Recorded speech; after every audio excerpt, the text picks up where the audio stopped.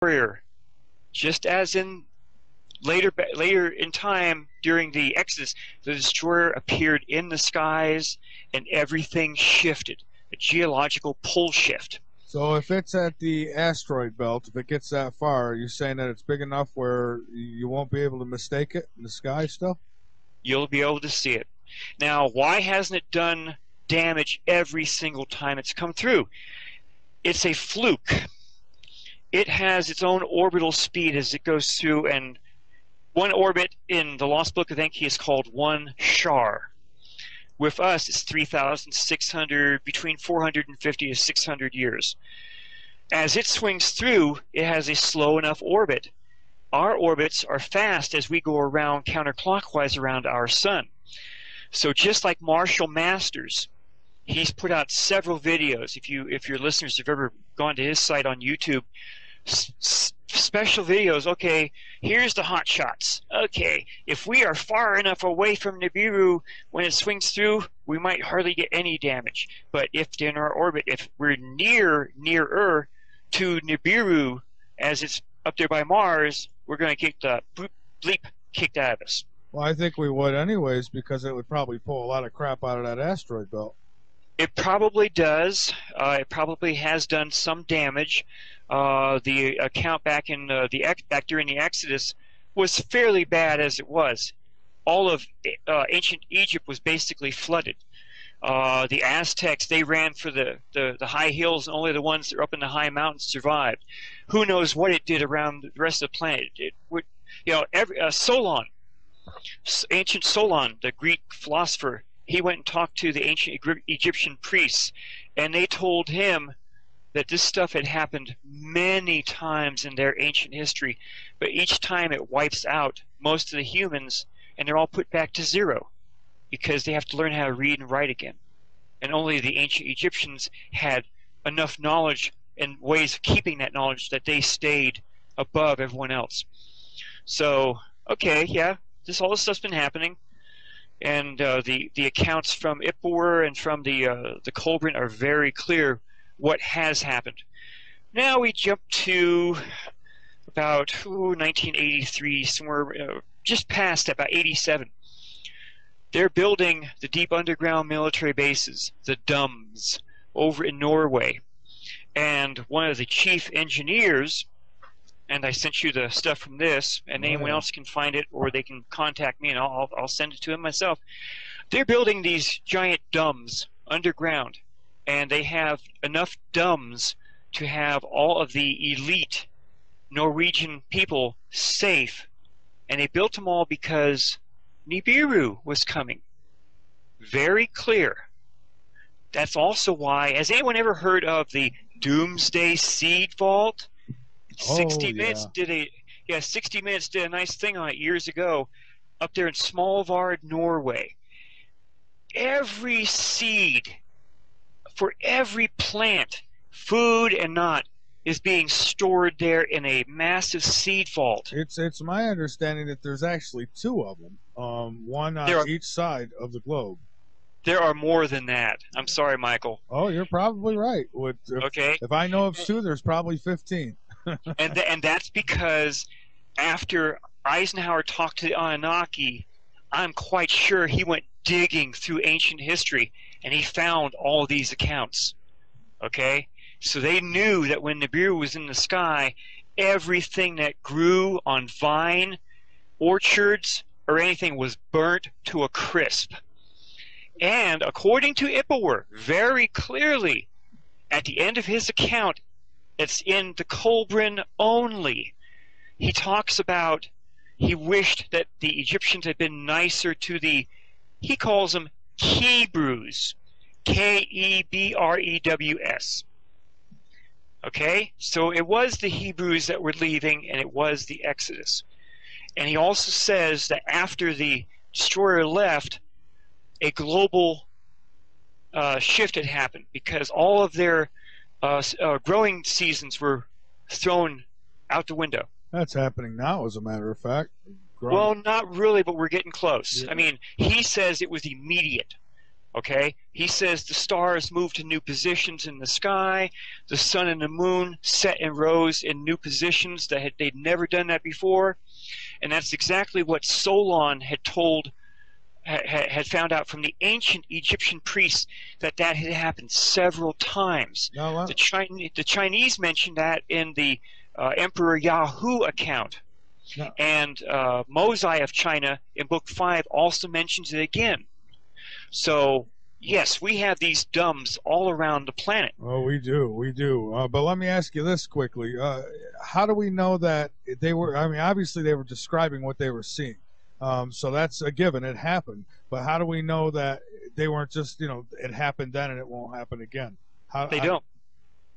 Except if you go to any astronomical program and you look down at the rotation of our planets, the Earth is rotating counterclockwise towards where Nibiru will be swinging up. Now, yes, Nibiru doesn't come any closer than between Mars and Jupiter, but there will be extreme gravitational and magnetic effects because of it. That's why they built all these things deep underground, so the elite, just like in the movie 2012, with their arcs, they'll all run underground. And they supposedly will survive down there for several months. And supposedly the idea is that if there are any survivors, they will start riding amongst themselves, and they'll kill almost all of themselves amongst that during that.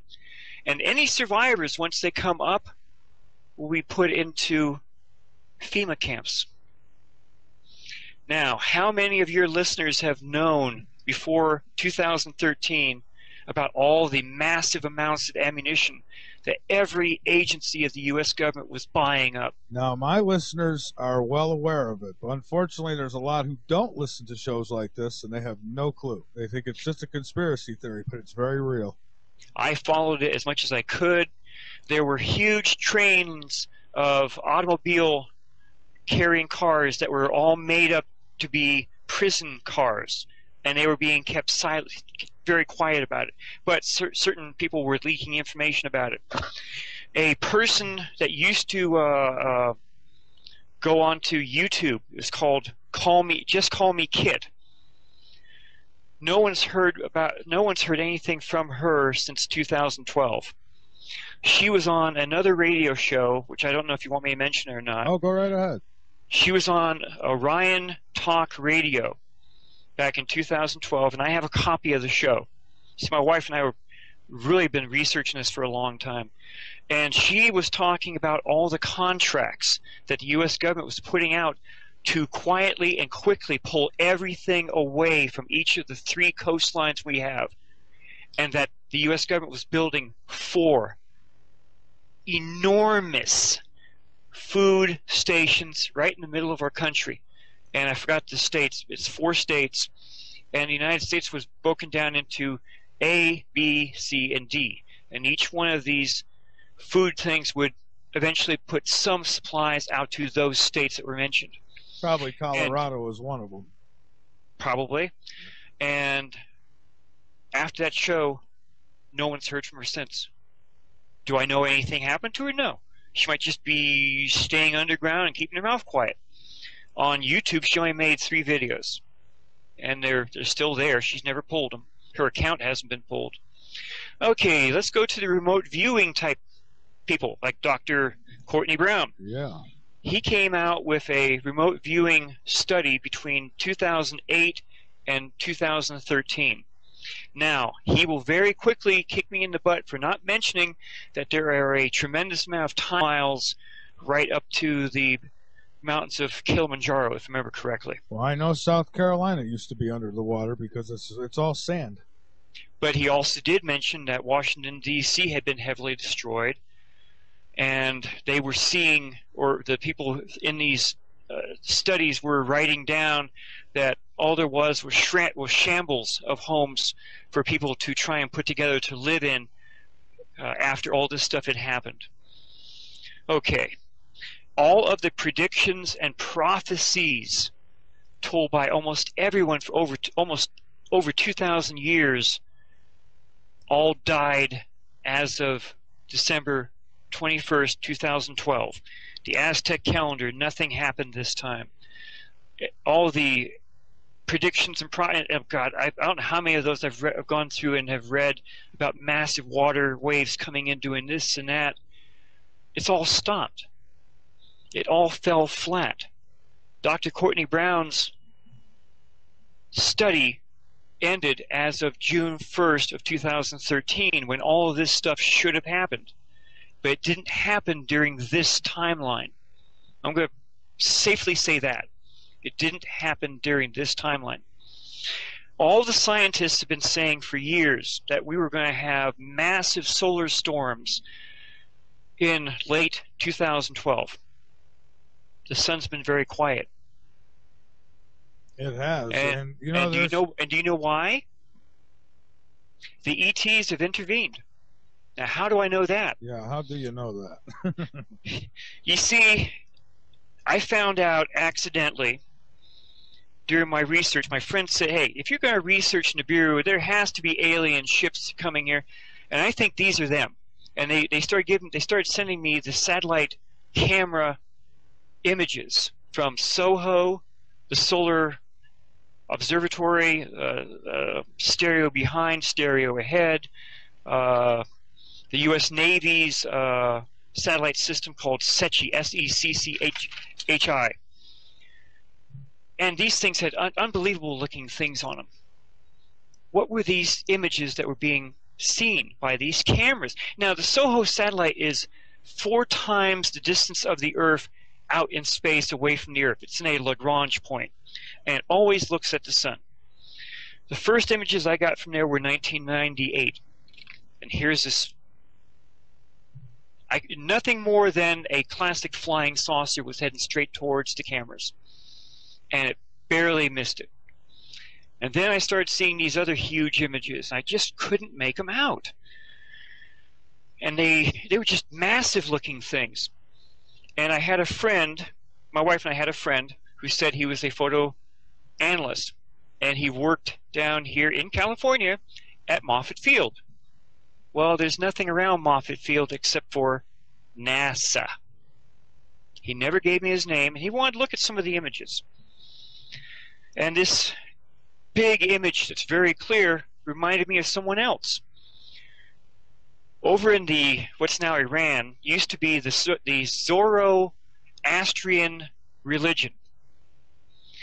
And several thousand years ago, they started carving this massive wall carving, and they called it the Ahura Mazda. And anyone who's ever looked at these wall carvings, it's A-U-H-M-A-Z-D-A,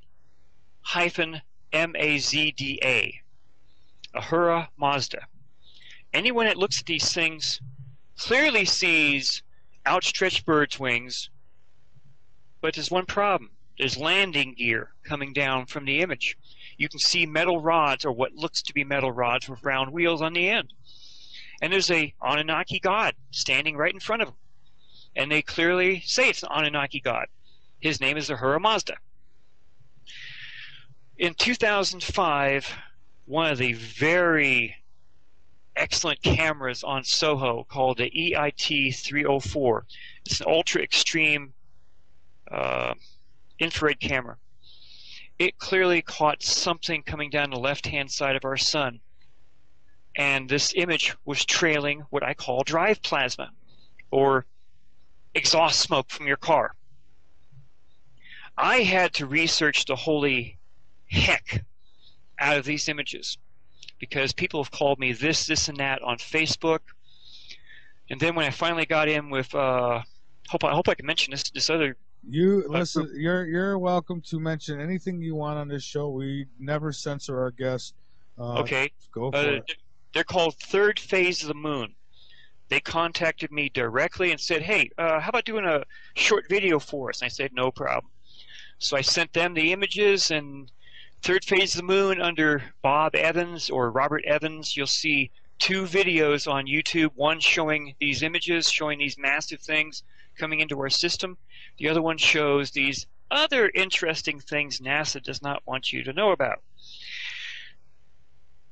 The ETs placed and this is ETs, not us, massive space probes all around our sun. They've been there for over 7 years. My opinion is that these space probes are controlling our sun's output. You see, very few people know that our system is electrically charged. There is a wormhole, if you can call it that, that goes out from the sun to each one of the planets, and then from the planets to each one of the moons. This wormhole, it's the energy that's in our system is at a certain rate. Now controlling like our 12 volts, or how many amps, God knows what. So this Nemesis system has a different electrical rate. So each time it interacts with our sun, and every time Nibiru, as it comes through, it interacts with our sun, each one of the planets, it causes just holy heck here on Earth. Because the sun controls not only earthquakes, but tectonic plates on our Earth. So all the stuff that was being told by Ippawar back in 1558 probably was because of this interaction between our sun and the brown dwarf, Nibiru, and our sun. That's a pretty tall order now to be able to actually control the sun, isn't it? If you were that advanced, I don't think so. But ever since those things have been seen around our sun, we started having problems. And now, is this the interaction between all this stuff? I don't know. Other people say yes. We've had mass animal die-offs that continue around the planet. They went all around the world. Mass animal die-offs, this and that, even things deep underwater, all the way to everything that flies and everything that crawls or walks on the planet. We've had a higher than normal volcanic activity rate going on around the planet. We've had different volcanoes. Here in the United States, the Long Valley caldera down near Los Angeles has been really ticking up with the tremors lately. Tremors around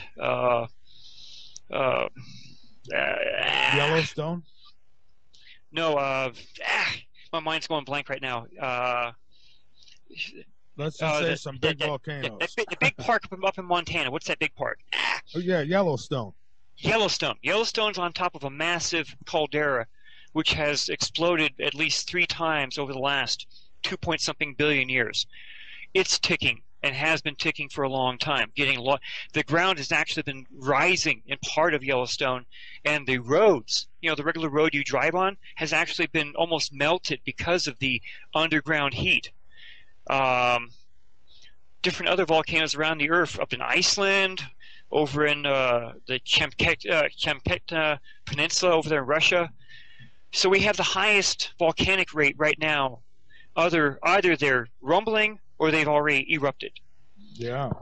Tectonic plate problems. That's all part of the earthquake type stuff. Let's hold off there on tectonic plates. We'll come back and we'll pick back up there. We do need to take a break. Yes. At least one more here. And I want to give a shout out to High Point Radio, who has notified me that this show has been going over live. They usually take it after the fact.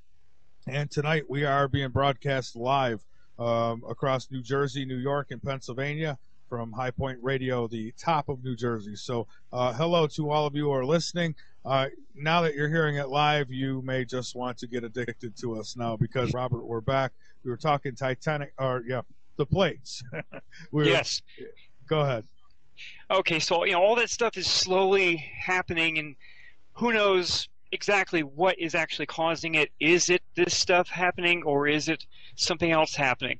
I'm in there with I'm sitting right there with Zachariah Sitchin on this stuff. It is Nemesis. One of the programs I have is called AstroViewer. We've gone over this before. If this one program has the information it does, then this information has been out quietly and no one else has known about it. Plus, we have not seen one major storm on the sun since 2012. This should be an extremely powerful time because this is supposed to be the sun's hot time, and it hasn't happened. And I look at each one of the dots. I've been researching pointing directly towards these things that are all around our sun. And everything else I've researched in understanding how our system supposedly works, that points directly, in my opinion, to what the ETs are trying to have intervened and are trying to not happen. All right. And Okay, Robert, so you know the Vatican has known about this too. There was a most recent thing from the Vatican. Our former Pope, let's see, what was his name? Pope Benedict. He got on a German radio station a while back, and he's just riling and everything about the Catholic world, and he claimed that a group of Jesuits had infiltrated the Vatican and were pursuing what he called an alien agenda. Well, that's true. I think that's so true. Yeah, exactly. So here is Pope Benedict complaining about these Jesuits, and the only other Jesuit account came directly from Christopher Barbato, from the high-ranking Jesuit priest that came down and met with him and told him all of this stuff that's in these transcripts from the Return of Planet X with Lucas Gantamberlo. So now you have this thing. Here's this Pope. He's not the weird people off, well, maybe he is the weird people off, but he's not the weird people off the street just saying anything and everyone just, he's a weird guy. Here's the Pope mentioning the same things I've been talking about. Okay? Okay. So we've got that. We've got the possibility that things are slowly ramping up. I've got friends on Facebook. Dawn Hull, D-A-W-N Hull, H-U-L-L, and her friend Denise Chavez. They've been digging up all kinds of photographs that they're taking, and you know, this isn't my first night actually trying to do this. I've been on 2 of Third Phase of Moon shows. I got on with Dr. Elias, John Elias, down in Southern California. He's part of the Third Phase of Moon, and also he's a broadcaster. Well, Robert, let me just say you're doing a fine job here tonight, and you know, there's so much that obviously it's almost impossible to put it all in order and cover everything. We do have a call. We have Ira. Welcome aboard, Ira. You got a question for Robert? Hello, gentlemen. Yeah, I've got actually 2. First off, someone in the chat room made this statement, and I kind of wanted to bring this up.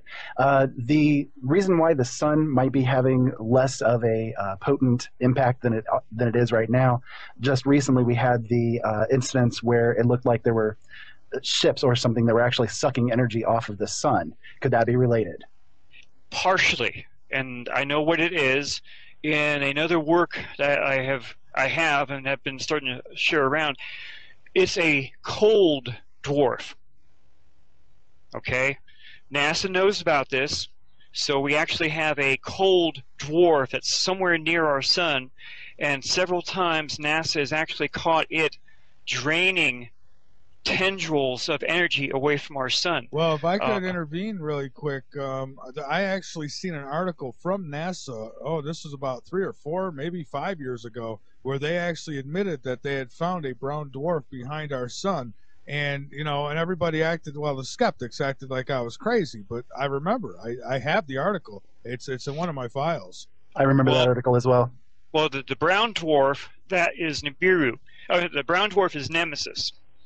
That's the one that actually has its own system with the 7 planets.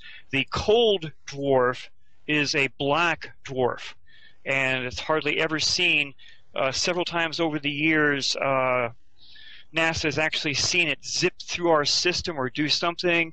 And then there was several images where there were CMEs coming off the sun, and they were just washing right over it. So you could see this black thing with these clouds of gas, everything flowing right over and around it, saying, "What the heck was that?" So that's what I know. Very interesting. I like that thought. One other, I guess, sort of maybe correlation question for you. When you were speaking about Mosai, I've read some of that stuff as well before myself. And one thing that I thought was interesting correlation-wise is the timing of things. The person Mosai could equal Moses, and the 5 books could equal the first 5 books of the Bible that were supposedly written by Moses. Perhaps there's a correlation or a tie-in between the two there, as well as the Akhmos incident or idea from Egypt as well, that this one person kind of is maybe either the same person interacting with everything, or that there's like the same idea that keeps getting passed on to people as a cycle, or like your classic hero story, that he's like this classic hero that people have in their mind like an archetype. I'll go ahead and let you go. I just wanted to get those questions in. Thank you so much for all the info tonight. All right. Thank you, Ira. Go ahead, Robert. Yeah, I'm trying to think of exactly where I was now. So the gentleman that was just on there, that's a possibility. Everything I've been told from different people I've talked to, Enki was actually the Ahura Mazda with the Zoroastrian religion. And that's why him and his ship are actually carved onto these different things showing him. Okay, when I did the showdown with Dr. Elias handed me over to Ivy West. She has a radio show over in Hawaii called something on the wind right now. Sorry, Ivy, but I was on a couple of her shows, and then she passed me off to another friend, and my mind is starting to go blank. I'm going to get my butt kicked here somewhere. Yeah, well, these things happen. Lorian Fenton. She's one of the MUFON directors here in Petaluma, California. And she liked what she saw, and she had me speak at UFOCon 213 here in San Jose. So I actually, for the first time, was able to put all this stuff in front of everyone and get them to see some of this stuff. I've had a lot more research since then, so I've been on several more shows, and honored to be on your show tonight. As much as I can tell, this stuff is real. It is real. The ships that are seen flying into our system, some of these ships are actually caught as they come out of what I call warp. There's a massive flash, and zoom, here's this massive thing coming right out of this big T type thing. Some of those images are on my webpage. Now, some of the guys at MUFON said, no, you're getting this all wrong, Bob. That's actually cosmic ray splashes and cosmic ray this and cosmic ray that. And I went right back to NASA, and I went through everything they had. Not only would the images be all just inhibited by little tiny white dots, but you wouldn't even be able to see the images. And the images I have are perfectly clean. There's no cosmic ray anything. SOHO, the engineers have been working since 1998 to fix every single glitch that they had found in the images and in the camera systems. And they fixed every glitch going from 1998 to 2012. And these images are still being seen. Yeah. And these ships are being seen firing their main weapons at stuff. Now that I could say I've seen that. I've seen convincing. I mean, I wasn't there. I wasn't up there in the ship, so I don't know. But I have seen pretty convincing video of that, where these big ships are up there and they're shooting at each other. And I mean, no. Well, sorry, I don't mean to step on you there. I don't think they're shooting at each other. They might be. Maybe that's the original Star Wars idea that Reagan had, because he should have known about this stuff. But the beams coming out of them, they're hitting things that cannot be registered by our cameras. So either they have a cloaking device around them, maybe they are another ship, or maybe they're just asteroids and space stuff that should have hit the Earth by now. See, Dr. Courtney Brown and his stuff, they said we should have been hit by all these massive things. And only one thing got in close, and that was that one that exploded over Russia a while back. And too many people looking at the images actually saw some kind of a UFO firing at it. Okay. I've watched the video of that, and it was pretty fascinating video. But and I tried to see. I've seen where people said, "Look, there's a UFO that come in and blew it up." But I'm not saying it's not there. Just because you don't see it, don't mean it isn't there. But I haven't seen that. Well, when you follow the dots like I have, either accidentally or intentionally, that's the ETs. They're intervening.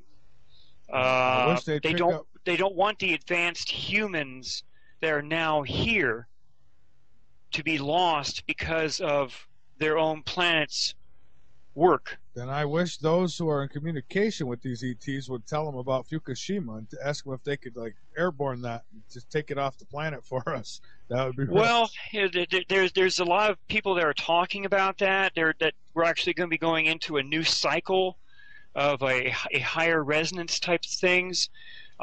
People that say they have contact with aliens, and this is what led me in with Dr. Sasha Lesson and with his wife Janet Lesson. I've been on their show many times now, and that's actually been dragging out all the things with the Anunnaki. Some of their guests were just fantastic. They knew all the stuff I had no way of knowing, and it started filling in the holes here and there. And then I heard your show. One of my friends pointed me right to your show with Bob Fletcher, and his information was just fantastic. I had some stuff that he didn't know about, and he had a whole hell of a lot of stuff I didn't know about. So everything tells me that yes, this is still going on. A military friend of mine, which I'd shown these images to a while back, can't tell you what rank or whatever. He had the images looked at, and they put them under some kind of a scope or something, and they looked at the ones that were actually firing their main weapons. And the main weapon, according to him, it went right off the scale. They couldn't tell me how much power they were actually seeing in it. There's a certain type of stuff that they do during 2012, almost 2013, he bugged out and disappeared with his wife and family. He came back here a little while ago and he said, you still got that stuff? I said, yes. You still talking about it? Yes. He said very carefully, well, everything was put off for about a year or two, and it's still happening. That's all he would tell me. And that's basically what we're hearing from a lot of people now that are talking about this, that Nibiru probably won't be seen, just like what Bob Fletcher mentioned probably on your show. It probably won't be here until about 2017, something like that. So there's enough people that are hearing the different stuff through the trade winds or through the grapevine that know that this stuff is still going to happen. So now, what do we say to all the people beforehand who claimed that they had Navy intelligence and that it was coming in 2012 and it was going to come in 2003? One woman said she was in contact with the ETs, and you know, and I'm with you. I believe there's something up there. I believe that it's real. There's enough evidence to point towards this at least happened in the past. So I'm not going to just brush it off. But what does upset me are those people who've come on years ago, and they've keep giving times. Oh, it's going to be here in 2003. It's going to be here in 2006, and it never happens, and it always gets pushed off. And I like I was telling you off air, I think that that's purposely done to discredit it all. That's a good possibility. All the indications I found during my research all pointed around 2012, 2013. Now, I've been reading so many different things, I can't even tell you how much I've had to read during this time, and watching other videos that have basically been given an answer for some stuff you just mentioned.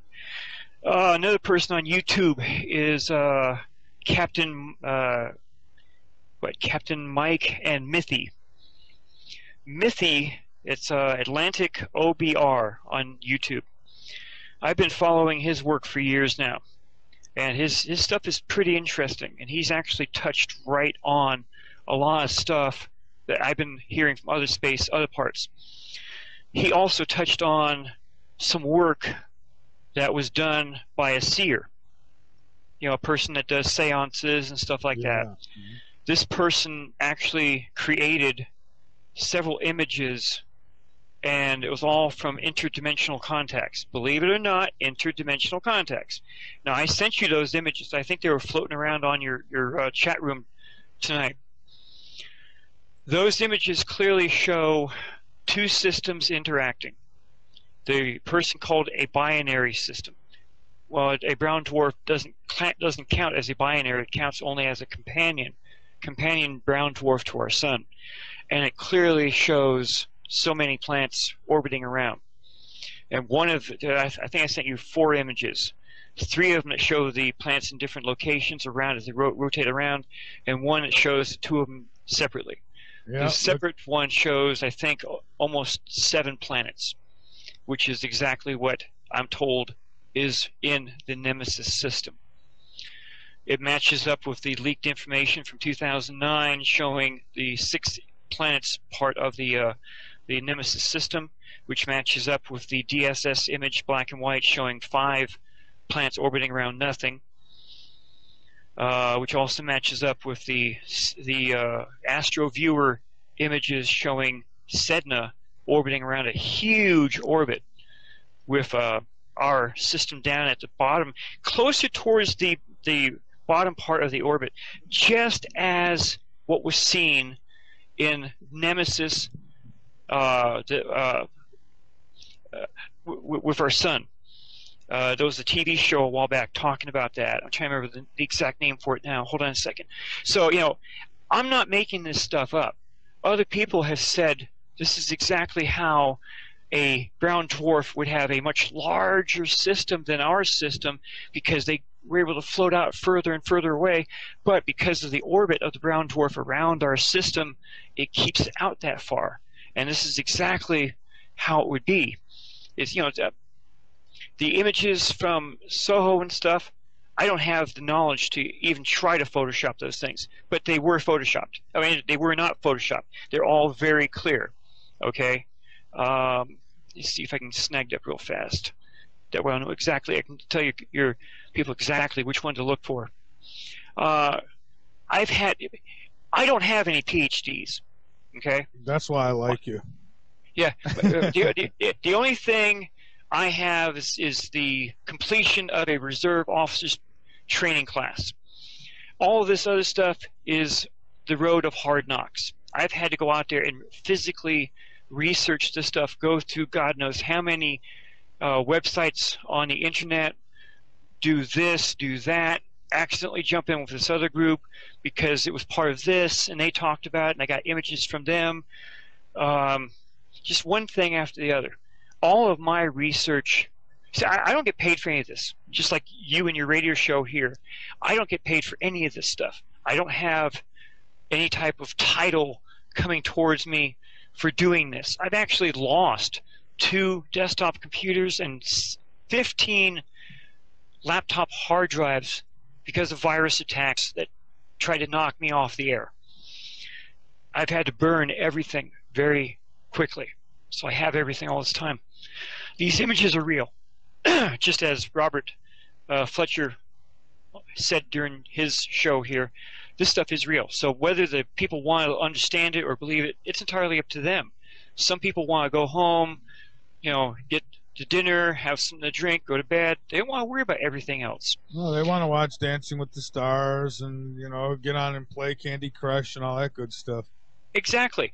But when something happens, they're the first ones to say, how come we never were told about this stuff? You know, how come we weren't told about these massive ships coming into our system using warp drive or wormholes? And by the way, these ships are about the size of our planet. Or some man in a robe tells them, well, don't be alarmed, they're just fallen angels. Exactly. Or, you know, some religion says this, some religion says that, predictions here, prophecies there. Nostradamus even talked about this stuff. And the best prophet I can think of is the one that's always laughed at. Mother Shipton. Mother Shipton had a tremendous amount of prophecies, but during her stuff, she talked about, and as we came to the end of the century, all this other stuff would happen. Now, anyone who's ever read anything about pole shifts or tectonic this, tectonic that, knew she was talking about a geographical pole shift, where plates under the oceans were pushed up and the humans were now living where ocean water used to be. But she also mentions at one point that, and Nibiru personally with microwaves. So all of those, I have, I don't know how many images, which just shows, you can look at these images either 2 ways. One, it's just full of space garbage which suddenly blows away. Or two, the alien races or race that has all these things has put them all there for two reasons. One, hey humans, take a look at us. We're here, we're all friendly. Or, humans, we're ticked off. Either knock off what you're doing, or here's what we're showing that we have to go after you. I don't know which one is what for these, because these images, they clearly show what NASA describes as anomalies / UFOs. And you have those pictures on your website? No, I have only 20 of over 3,000 images on my website. I will be putting these images up on my website. I will send you some of these images. That way you can show them in your chat room to other people that want to see the stuff. I appreciate that. Thank you. Yeah, I'd love to put the pictures up. I like people to be able to follow what we're talking about. So thank you. And these are all perfectly clear. There's nothing in the problem with the images except for showing the anomaly. So it's not cosmic this, it's not cosmic that. Cosmic rays only hit sometimes one camera, but not two. They can't hit two cameras. And in that one set of images, I've got two cameras showing the same images. Well, you know, they did announce not long ago that they did find that there was, like, I guess another system of planets with a sun, maybe even. I don't think they've seen the sun or found the sun, but they believe it's there. Just outside of our solar system, they said just beyond Pluto. And that's where Nemesis is. Oh, so that's our Nemesis. Now, why would they even tell us about that? I mean, aren't they afraid we're going to start trying to, I don't know, we can't zoom in. The powers that be think we're all stupid idiots, that we haven't learned anything from what they wanted us to learn. Okay? Here's another person, Colonel Philip Corso. He had a book years ago called The Day After Roswell. He, in that book, tells of how he worked at the Pentagon with alien technology or foreign technology, and how he used the stuff which they had gotten from the wrecks outside of Roswell and placed them with different companies to have them build infrared technology, fiber optics, this and that, and this and that. And they found out that the Russians were also using some of the same technology, either directly from us or from ships that had crashed over there in Russia. So it was a big game between the Russians and us.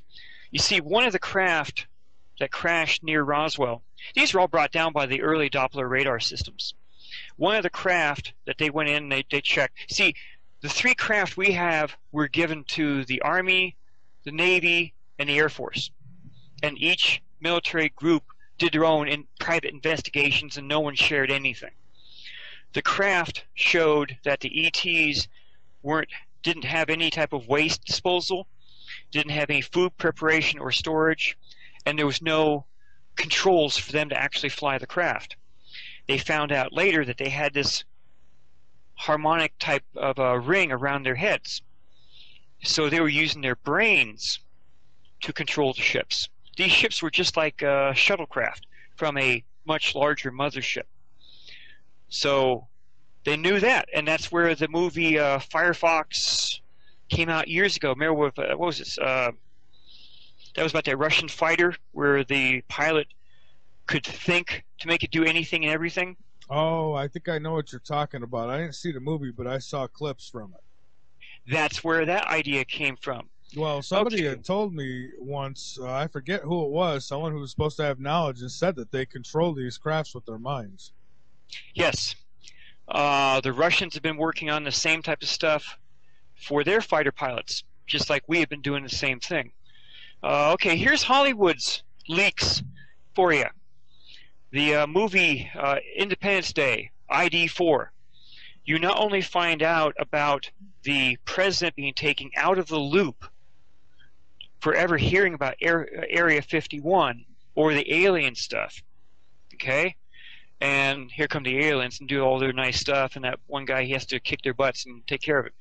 The next movie was Deep Impact, and that was supposed to be where that asteroid was coming in, and that TV announcer accidentally stumbles into it, and it was called there was a name for it, and she finds out accidentally that the president had been hiding money because they were building these deep underground military bases, which could only take about 2,000 people from each, and each country was building their own. Yeah. Okay, and then you've got Battle LA, and that's with the United States Marine Corps. They were worried about stuff coming into our system like asteroids. Well, you know, you think back to Elenin, the comet Elenin that was supposed to have come through a little while back. We started doing research on that one, and NASA wasn't doing any of the close-up images. They were leaving it all to amateur astronomers. So as Elenin got closer and closer, it started looking weirder and weirder.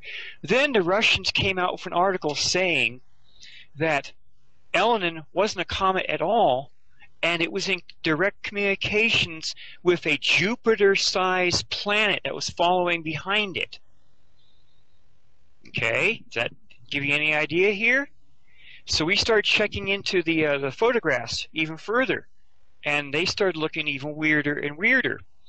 Then the Chinese came out with an article saying that there were UFOs piggybacking on this Jupiter, on Elenin. So we just jumped right in there and enlarged those images up. And guess what? Elenin had a huge sack on its back, and that sack had all kinds of huge things in it.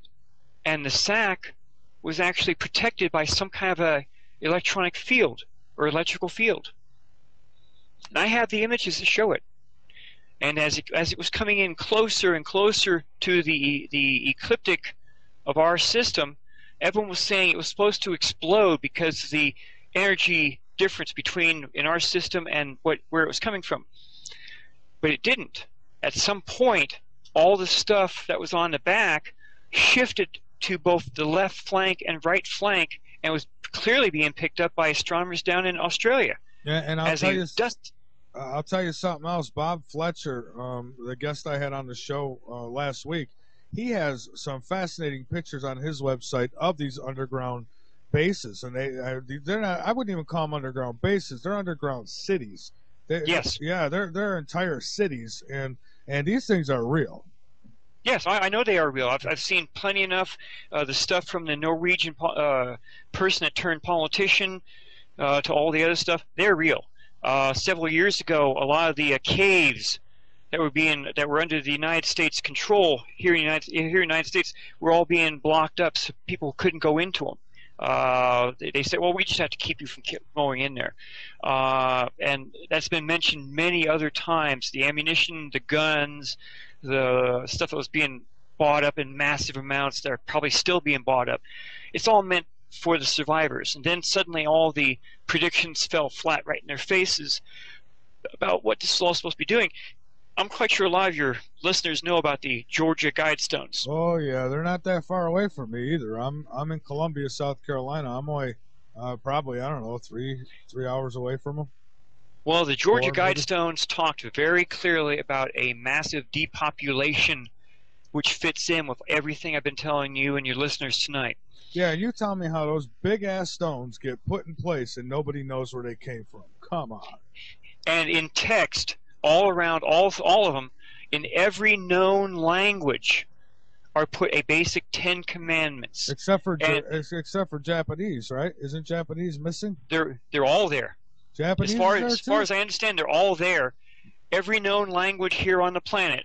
And to top it all off, it says, do not let the population go above, what is it, 500 million? Oh, yeah, they want 3/4 of the population wiped out. And, so exactly. It'll be the elites and whoever they decide to keep around to be their little slaves. But and have you or your listeners heard about the chemtrails by any chance? Good Lord, heard of them. I live in them. They're all over the place here.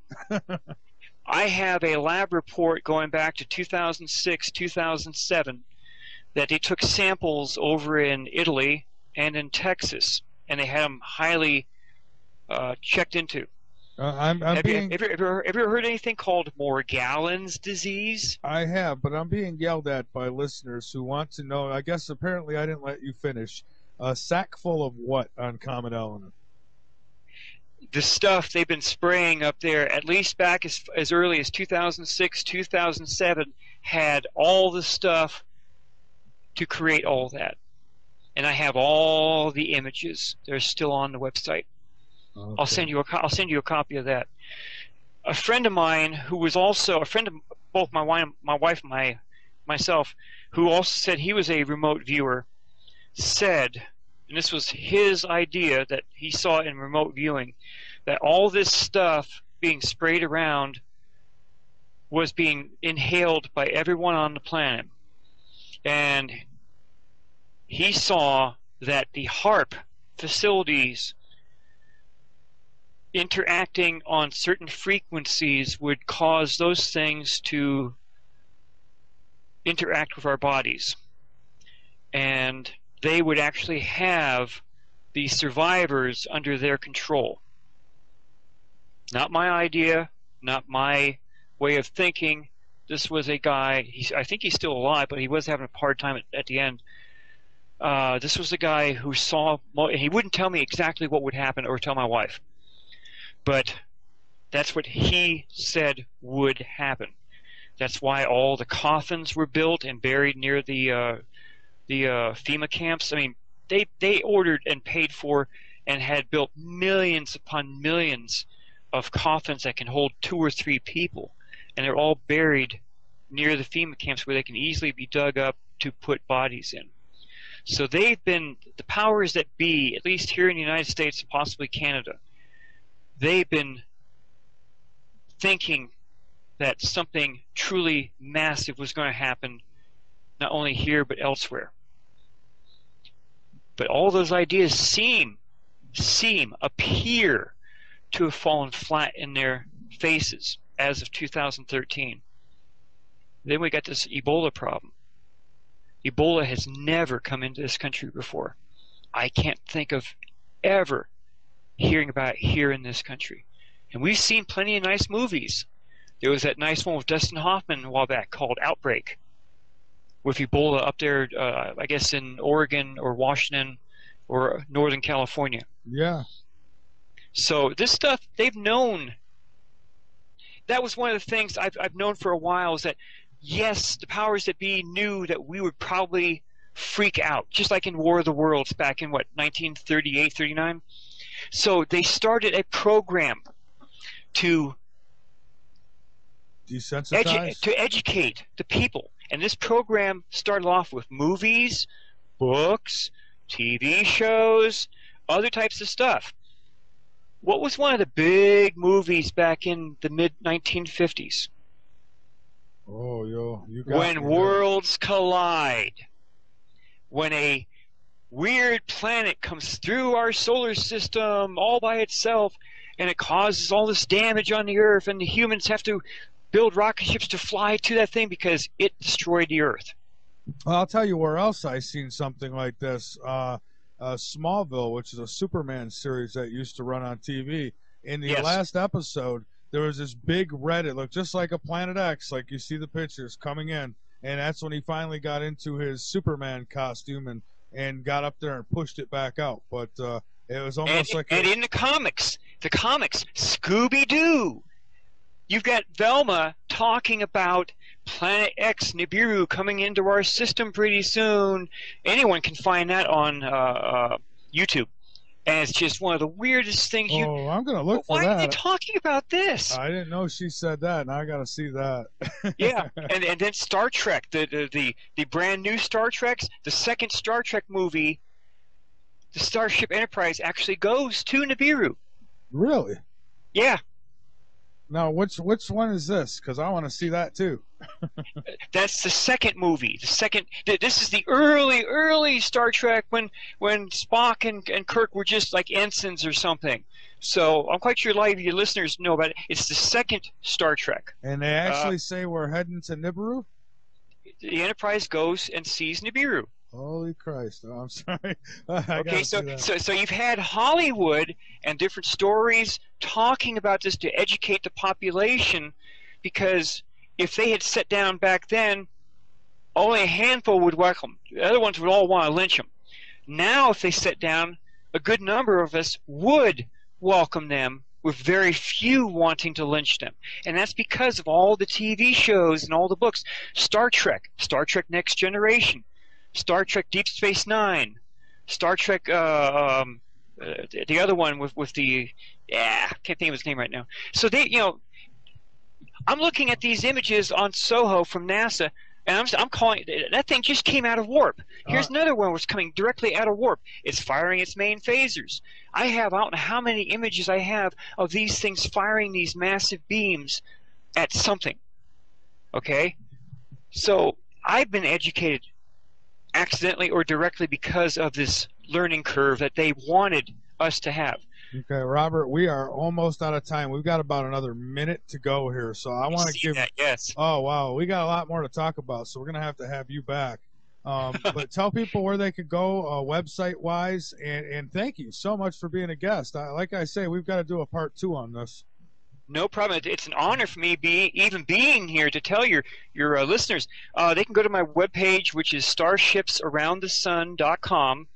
And they can see some of there's at least 20 images right there they can actually see, and they can see all the other shows I've been on. I'll have this one up there real soon. I'm also on Facebook, Robert H. Evans Jr., and I stay right on top of this stuff with other people. They can go back to my history there, all the stuff I post up there talking about this or that. That's about. I'm not too sure about giving out an email. I'll leave that to you as your decision.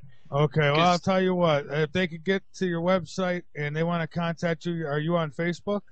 Yes, I am. Okay, well, then they can contact you on Facebook. And how do they do that? Just a Facebook personal message type thing.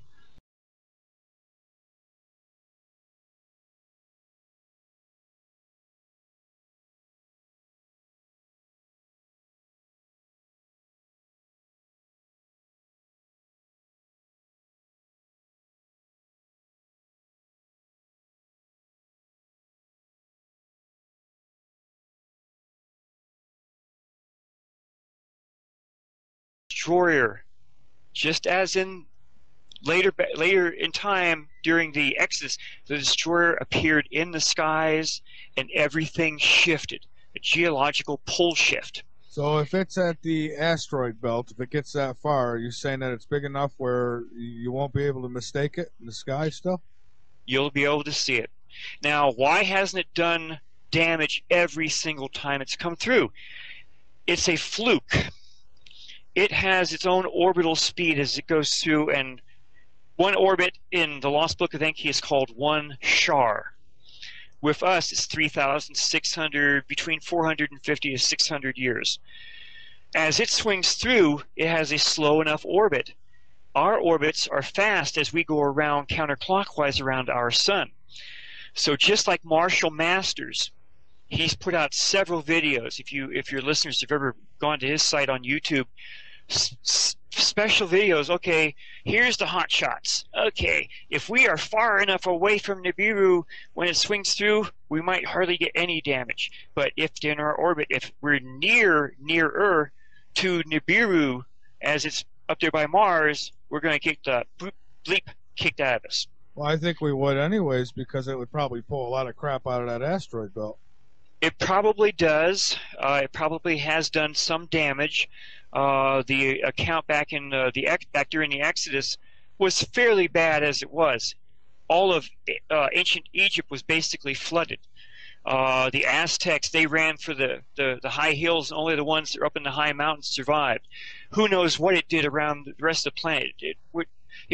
Solon, ancient Solon, the Greek philosopher, he went and talked to the ancient Egyptian priests, and they told him that this stuff had happened many times in their ancient history, but each time it wipes out most of the humans, and they're all put back to zero because they have to learn how to read and write again. And only the ancient Egyptians had enough knowledge and ways of keeping that knowledge that they stayed above everyone else. So, okay, yeah, all this stuff's been happening, and the accounts from IPOR and from the Kolbrin are very clear what has happened. Now we jump to about 1983, somewhere just past that, about 87. They're building the deep underground military bases, the DUMS, over in Norway. And one of the chief engineers, and I sent you the stuff from this, and anyone else can find it, or they can contact me, and I'll send it to them myself. They're building these giant DUMS underground, and they have enough DUMS to have all of the elite Norwegian people safe. And they built them all because Nibiru was coming.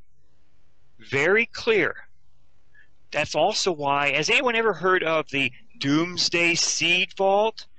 60 Minutes did a 60 Minutes did a nice thing on it years ago up there in Svalbard, Norway. Every seed for every plant, food and not, is being stored there in a massive seed vault. It's my understanding that there's actually two of them, one on each side of the globe. There are more than that. I'm sorry, Michael. Oh, you're probably right. Okay. If I know of two, there's probably 15. and that's because after Eisenhower talked to the Anunnaki, I'm quite sure he went digging through ancient history, and he found all these accounts. Okay? So they knew that when Nibiru was in the sky, everything that grew on vine, orchards, or anything was burnt to a crisp. And according to IPOR, very clearly, at the end of his account, it's in the Kolbrin only, he talks about he wished that the Egyptians had been nicer to the, he calls them Hebrews, K-E-B-R-E-W-S. Okay, so it was the Hebrews that were leaving, and it was the Exodus. And he also says that after the destroyer left, a global shift had happened because all of their growing seasons were thrown out the window. That's happening now, as a matter of fact. Well, not really, but we're getting close. Yeah. I mean, he says it was immediate.